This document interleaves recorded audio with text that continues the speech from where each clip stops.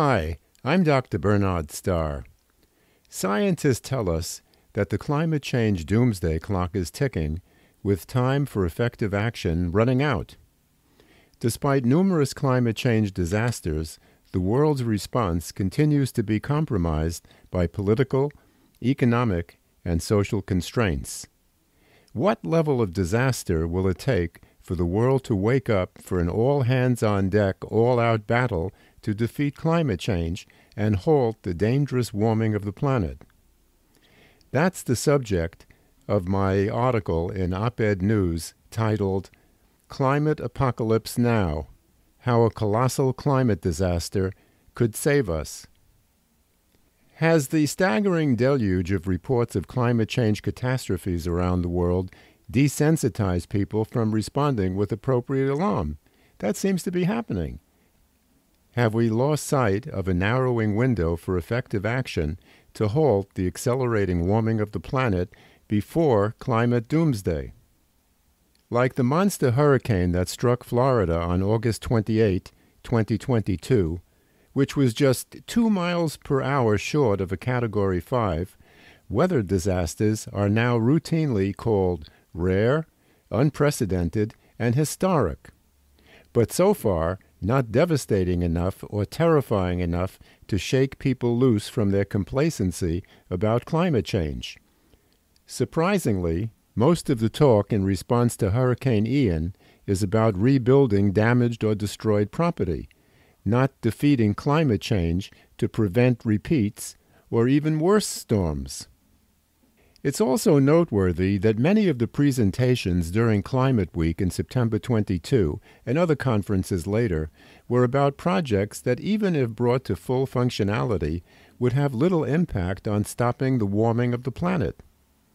Oblivious to alarms, some presenters boasted that their projects would scale up by the year 2050. Too late for the ticking clock. We may have created a vast worldwide climate industry that, as dedicated and well-intentioned as it may be, is feeding the illusion that climate change is being addressed effectively, when in fact it is not. The sad truth is that despite decades of innovative programs, international treaties, pledges by governments to achieve net zero carbon emissions, extensive worldwide advocacy, and hundreds of billions of dollars invested in efforts to slow and defeat climate change, the world is in worse shape now and closer to a climate apocalypse than in 2006, when Al Gore's film An Inconvenient Truth warned about the coming climate change catastrophes. As generous as they might seem, the efforts have been inadequate to meet the dimensions necessary to combat climate change, and current plans and proposals are similar, and therefore not likely to make a significant difference. That's what prompted Elizabeth Kolbert, eminent science journalist and author of the Pulitzer Prize-winning book The Sixth Extinction, to tell editor David Remnick on the NPR New Yorker Hour on August 12, 2022, that all the climate programs, like before, will only, quote, make things worse or less worse, end quote. In February 2021, John Kerry, U.S. Special Presidential Envoy for Climate, warned that, quote, Earth has 9 years to avert the worst consequences of the climate crisis. There's no faking it on this one, end quote. Earlier, in 2017, 15,000 scientists issued a dire warning that the window for defeating climate change is closing. After issuing a code red in 2021, the UN confirmed the emergency in 2022 with the scare, quote, it's now or never, end quote. If climate doomsday is indeed approaching, it may be better if a colossal disaster happens sooner rather than later. While this recommendation sounds cynical and horrific, a tremendous disaster offers the possibility, perhaps the only prospect, of the world finally waking up and effectively implementing the extreme conservation measures that can defeat climate change. with time to prevent worse disasters. Scientists have cited vast evidence that climate change is heading toward points of no return. In 2008, they warned that CO2 in the atmosphere should not breach 350 parts per million. Yet in May 2022, CO2 peaked at 421 parts per million, quote, territory not seen for millions of years. And if the warming of the planet increases by just 1.5 degrees centigrade, it could, they say, lead to out-of-control levels with devastating consequences. Warning signs have already occurred. 2021 was among the warmest years ever recorded, with temperatures as high as 120 degrees Fahrenheit in some countries.